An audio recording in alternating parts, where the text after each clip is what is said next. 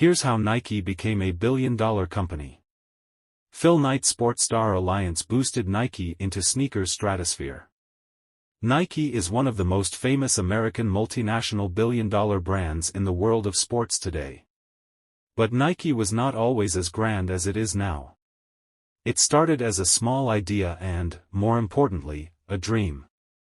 Today Nike is a strong contender for the other two famous American multinational corporations manufacturing sports goods, Puma and Adidas. These two brands are, in fact, way older than Nike. But Nike has a net worth of about $35 billion, which is more than that of Puma or Adidas.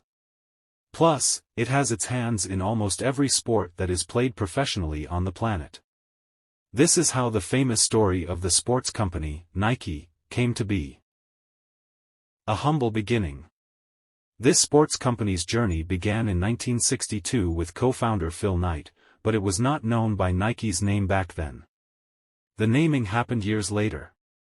In 1962, Phil had just graduated from Stanford University and wanted to create his mark on the world. He was already quite an expert in sports shoes because he was himself a distance runner.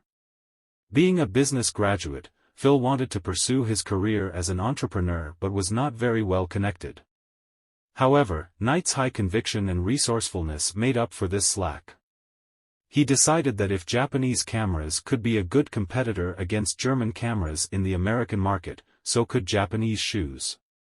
Almost on an impulse, he traveled to Japan and looked for a good shoe brand that could be part of his dream. In the city of Kobe, he finally found the shoe store of Onitsuka Tiger and knew at that moment that he wanted to work with them. Phil came up with the name Blue Ribbon Sport on the spot and presented himself as an American distributor of shoes. This got him a deal, and he managed to import Japanese sports shoes in America on a small scale initially.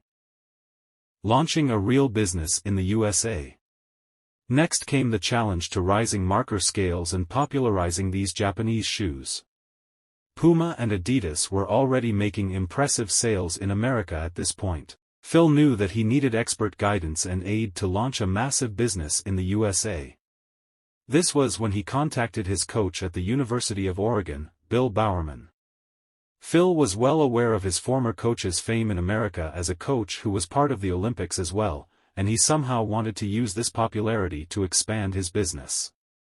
Phil successfully attracted the attention of Bill Bowerman in this business endeavor, and they both invested $500 each to start with. A fast-growing trade. Blue Ribbon Sports started in 1964 with the $1,000 that the founders invested. In a year they hit a sales figure of $8,000, but the very next year it grew into more than double, $20,000. As it turned out, Bill Bowerman was the perfect choice Phil had made for a business partner.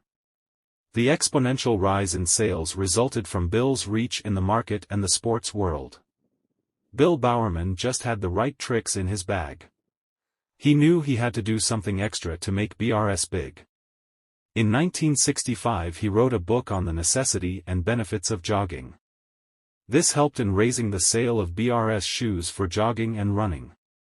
With Bill's fantastic ideas, Cortez was launched into the mainstream line of sportswear. He also kept sending kites back to Onitsuka Tiger to make improvements in the shoe building process. Owning the business. As jogging shoes became a popular trend with Bill's book on jogging, BRS shoes demand increased. At one point, the demand was so high that it crossed the supply figures. Phil Knight and Bill Bowerman also realized that Onitsuka Tiger sent them a supply after they were done catering to their local Japanese needs. It was then that they decided that it was time to own the business entirely. Fortunately enough, the contract that they had signed with Onitsuka Tiger was also reaching its expiration date. By 1972, they would be free to make their shoes instead of being mere distributors. It was 1971, and the Munich Olympics were knocking on the door. The co-founders realized it was the perfect time to make it big. Moreover, they also had enough money to hire sales executives and other staff. Finally, Nike was launched, and the idea of the name was borrowed from Greek mythology. The slogan of "Just Do It" was so inspiring and straightforward that it led to even more popularity.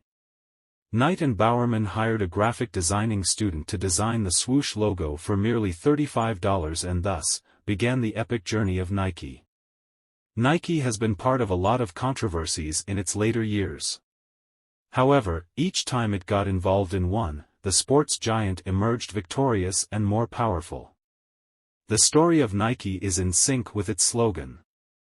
Today, Nike's story serves as an inspiration for many new age entrepreneurs and dreamers.